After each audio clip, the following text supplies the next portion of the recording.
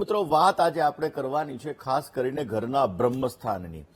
બ્રહ્મસ્થાન બહુ મહત્વનું સ્થાન છે. આ બ્રહ્મસ્થાનની અંદર રહેલો દોષ આપણા જીવનની અંદર ઘણી બધી સમસ્યાઓનું સર્જન કરતો હોય છે. દર્શક મિત્રો, બ્રહ્મસ્થાન આપણા ઘરનું, આપણી ઓફિસનું, આપણી ફેક્ટરીનું આ બ્રહ્મસ્થાન છે જે આકાશ તત્વ સાથે જોડાયેલું છે. અને એટલા માટે દર્શક મિત્રો, જ્યારે આ બ્રહ્મસ્થાન દૂષિત થતું હોય ત્યારે આપણા જીવનની અંદર અનેક સમસ્યાઓનું સર્જન થતું હોય, અનેક જાતની તકલીફો આવતી હોય છે. દર્શક મિત્રો, આ બ્રહ્મસ્થાન કેવી રીતે તમારા ભાગ્યને ઉજાગર કરી શકે, આ બ્રહ્મસ્થાન કેવી રીતે તમારા જીવનની અંદર સપોર્ટેબલ પર્સન બની શકે, જેવી રીતે આપણી બોડીની અંદર આપણું હૃદય બહુ મહત્વનું છે. હૃદય ધબકતું બંધ થઈ જાય એટલે સમજી લેવાનું કે આકાશની અંદર આપણો દેહ છે ધીમે ધીમે જઈ રહ્યો છે. કારણ કે હૃદય ધબકતું બંધ થાય પછી જીવ નીકળી જાય, અને જીવ નીકળી જાય એટલે આપણે એવું લાગે કે ભાઈ હવે આની બોડી છે, આત્મા વહી ગઈ. હવે એવી જ રીતે દર્શક મિત્રો, આપણું ઘરનું બ્રહ્મસ્થાન બહુ જ મહત્વનું છે. દર્શક મિત્રો, બ્રહ્મસ્થાન જ્યારે આપણા જીવનની અંદર વિશેષ માત્રામાં સારો લાભ આપતા હોય છે, આપણા કાર્યોને સિદ્ધ કરતા હોય છે અને આપણી મનોકામનાઓને પણ પૂર્ણ કરતો હોય છે. પરંતુ દર્શક મિત્રો, આ બ્રહ્મસ્થાન વિશે આપણે ચર્ચા કરીએ પહેલમમાં વહેલા. દર્શક મિત્રો, આજે ખાસ કરીને જોવા જઈએ તો આજે ફાધર્સ ડે છે અને એની સાથે સાથે યોગ દિવસ પણ છે. યોગ આપણા જીવનની અંદર વિશેષ લાભ આપતો હોય છે. એવું કહેવાય છે કે યોગ દ્વારા આપણે દરેક પ્રકારના રોગોને દૂર કરી શકીએ છીએ. યોગ આપણા જીવન સાથે જોડાયેલી એક એવી વસ્તુ છે કે જેને આપણા માનનીય વડાપ્રધાન શ્રી નરેન્દ્રભાઈ મોદીના અથાગ પ્રયત્ન દ્વારા વર્લ્ડની અંદર આ યોગ દિવસ ઉજવવામાં આવે છે. અને એટલા માટે દર્શક મિત્રો, આ યોગનું આપણી જૂની સંસ્કૃતિનું, આપણી પ્રાચીન સંસ્કૃતિનું વિશેષ મહત્વ આપણા જીવનની અંદર રહેલું છે. તો દર્શક મિત્રો, આજે જ્યોતિષ અને યોગનો શું સંબંધ છે એની સાથે સાથે આપણે જાણીશું દર્શક મિત્રો, ખાસ કરીને આજના દિવસની અંદર કે કેવી રીતે બ્રહ્મસ્થાન તમને લાભ આપી શકે. આ દરેક સબ્જેક્ટ ઉપર આપણે ચર્ચા કરવી છે, પરંતુ શરૂઆત આજના પંચાંગથી કરીએ. દર્શક મિત્રો, આજના પંચાંગની જો વાત કરવામાં આવે તો આજના દિવસની અંદર 21/6/2026 અને રવિવારનો આજે દિવસ બની રહ્યો છે. નિજ જ્યેષ્ઠ માસ શુક્લ પક્ષ અને એની સપ્તમી કહેતા સાતમની તિથિ બપોરે 3:20 સુધી છે. ત્યારબાદ અષ્ટમી તિથિનો પ્રારંભ થશે. પૂર્વા ફાલ્ગુની નામનું આજે નક્ષત્ર રહે છે જે સવારે 9:30 સુધી. ત્યારબાદ ઉત્તરા ફાલ્ગુની નામના નક્ષત્રનો પ્રારંભ થશે. સિદ્ધિ નામનો આજે યોગ રહેશે સવારે 11:20 સુધી. ત્યારબાદ વ્યતિપાત નામના યોગનો આજે પ્રારંભ થશે અને વણિજ નામનું આજે કરણ રહેશે.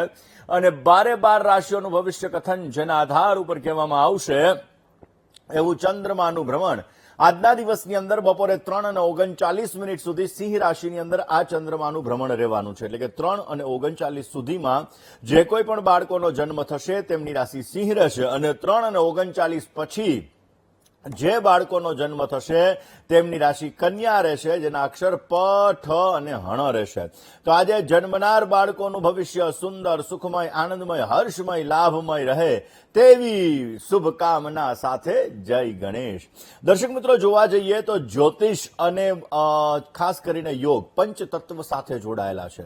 અને એટલા માટે દર્શક મિત્રો, આ પંચતત્વને જેવી રીતે આપણે બેલેન્સ કરતા હોઈએ, આપણી નાડીઓની જો વાત કરવામાં આવે તો ઈડા નાડી છે, પિંગલા નાડી છે. જ્યારે આપણે એની પણ ચર્ચા કરતા હોઈએ છીએ ત્યારે આપણા જીવનની અંદર જે અલગ અલગ સંરચના છે જે સૂર્ય અને ચંદ્ર સાથે જોડાયેલી છે. એટલા માટે દર્શક મિત્રો, ઈડા નાડી અને જ્યારે પિંગલા નાડીની વાત થતી હોય ત્યારે સૂર્ય નાડી અને ચંદ્ર નાડીની આપણે વાત કરતા હોઈએ. એટલા માટે દર્શક મિત્રો, જેવી રીતે યોગ શાસ્ત્રની અંદર અલગ અલગ યોગોનું મહત્વ છે, જેવી રીતે તમે સૂર્ય નમસ્કાર કરો છો તો તમારા સૂર્ય પણ બલવાન થાય છે જ્યોતિષ શાસ્ત્રની અંદર.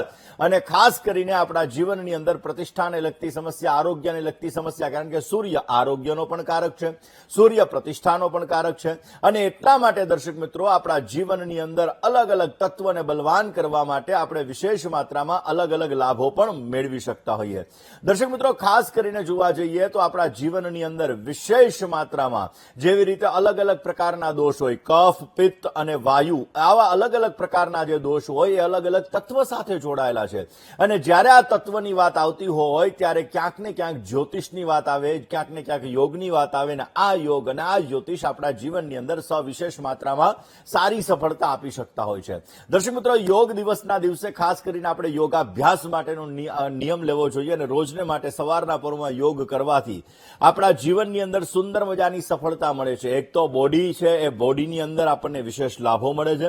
અને એના સિવાય બીજા નંબરની અંદર જોવા જઈએ તો આપણી બોડીમાં 7 ચક્ર આવેલા છે. અલગ અલગ ચક્રને જાગૃત કરવા માટે ઉત્તમ પ્રકારનો અવસર મળે છે. અને જ્યારે આપણે યોગાભ્યાસ કરીએ છીએ ત્યારે આપણી અલગ અલગ શરીરની અંદર રહેલા જે 5 તત્વ છે, આ 5 તત્વ બલવાન થાય છે.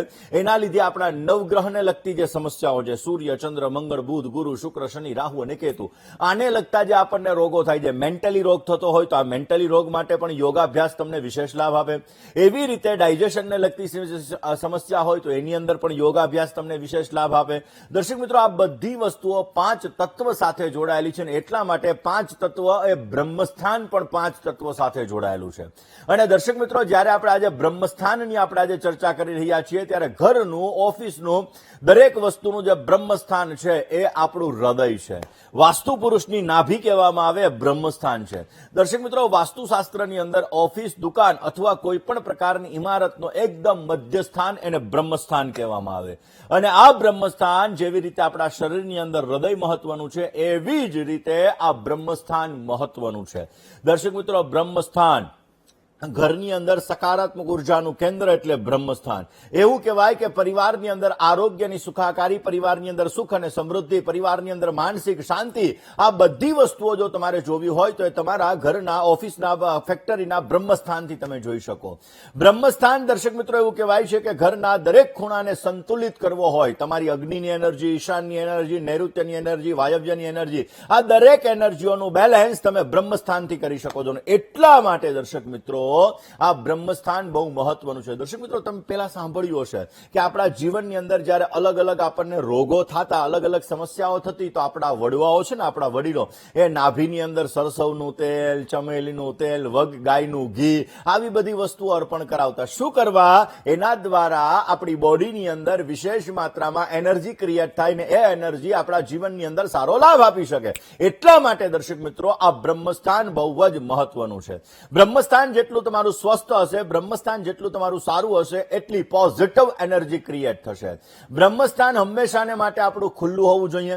બ્રહ્મસ્થાન હંમેશાને માટે આપણું સ્વચ્છ હોવું જોઈએ. બ્રહ્મસ્થાન ઉપર વધારે પડતો વજન ન હોવો જોઈએ. બ્રહ્મસ્થાન હંમેશાને માટે પ્રકાશયુક્ત હોવું જોઈએ. અંધારું ત્યાં ન આવે એવી વ્યવસ્થા રાખવી જોઈએ. તો આપણને એવો વિચાર આવે કે અમે તો ભાઈ ફ્લેટની અંદર રહીએ છીએ, તો ફ્લેટમાં તો એવી વ્યવસ્થા ન થાય. તો બની શકે ત્યાં સુધી તમારા બ્રહ્મસ્થાન છે એના ઉપરના ભાગમાં એક બલ્બ લગાડો. આ બલ્બનો પ્રકાશ નીચેના ભાગની અંદર આવે એવી વ્યવસ્થા કરો. એનાથી પણ તમને સુંદર મજાનો લાભ મળી શકે.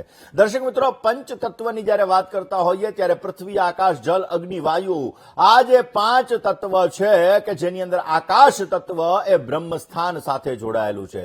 જ્યારે વ્યક્તિના જીવનની અંદર આકાશ તત્વ છે એના ગુણ શું? તો આકાશ તત્વના ગુણ છે વિશાળતા, ચેતના, તમારા જીવનની અંદર વિચાર શક્તિ, આધ્યાત્મિકતા અને ઉર્જાનો પ્રવાહ. આ બધી વસ્તુઓ તમને બ્રહ્મસ્થાન જો તમારું સારું હોય તો તમારું આકાશ તત્વ મજબૂત થાય, ને આકાશ તત્વ મજબૂત થાય તો તમારી ચેતના સારી રહે, તમારા જીવનમાં એક વિશાળ લક્ષ્ય આવે, બધાને સાથે લઈને મારે ચાલવા છે, સંઘે શક્તિ કલો યુગે.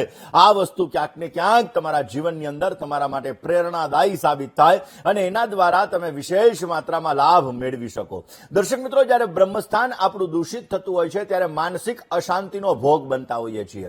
ચિંતાનું પ્રમાણ વધારે પડતું રહેતું હોય છે. આવા વ્યક્તિઓને નિર્ણય શક્તિમાં ઘટાડો થતો હોય છે અને આવા વ્યક્તિઓના ઘરનું વાતાવરણ ભારે લાગે. ઘરની અંદર આવે તેમ થાય, ઓહો, આના કરતા તો હું બહાર હતો એ સારું હતું. આ વસ્તુ જ્યારે ઉત્પન્ન થાય, ઘરમાં નકારાત્મક ઉર્જા, નેગેટિવ એનર્જી જ્યારે થાય ત્યારે સમજવાનું તમારું ઘરનું વાતાવરણમાં ક્યાંક ને ક્યાંક બ્રહ્મસ્થાન તમારું દૂષિત થઈ રહ્યું છે. જો તમારું બ્રહ્મસ્થાન દૂષિત થાય તો જીવનની અંદર સમસ્યાઓનું સર્જન થતું હોય છે. હવે જ્યોતિષ અને બ્રહ્મસ્થાનનો સંબંધ, કારણ કે દર્શક મિત્રો, મેં હમણાં વાત કરી એમ આયુર્વેદ શાસ્ત્ર પણ જ્યોતિષ સાથે જોડાયેલું છે, યોગ શાસ્ત્ર પણ જ્યોતિષ સાથે જોડાયેલું છે, વાસ્તુશાસ્ત્ર પણ જ્યોતિષ સાથે જોડાયેલું છે. કારણ કે આપણા ઋષિમુનિઓએ દરેક ગ્રંથોની રચના કરીને આ દરેક ગ્રંથોની રચનાની અંદર એકબીજા સાથે સમન્વય થયેલો છે. અને એટલા માટે દર્શક મિત્રો, મહાન વૈજ્ઞાનિકો આપણા જ્યોતિષીઓ થઈ ગયા.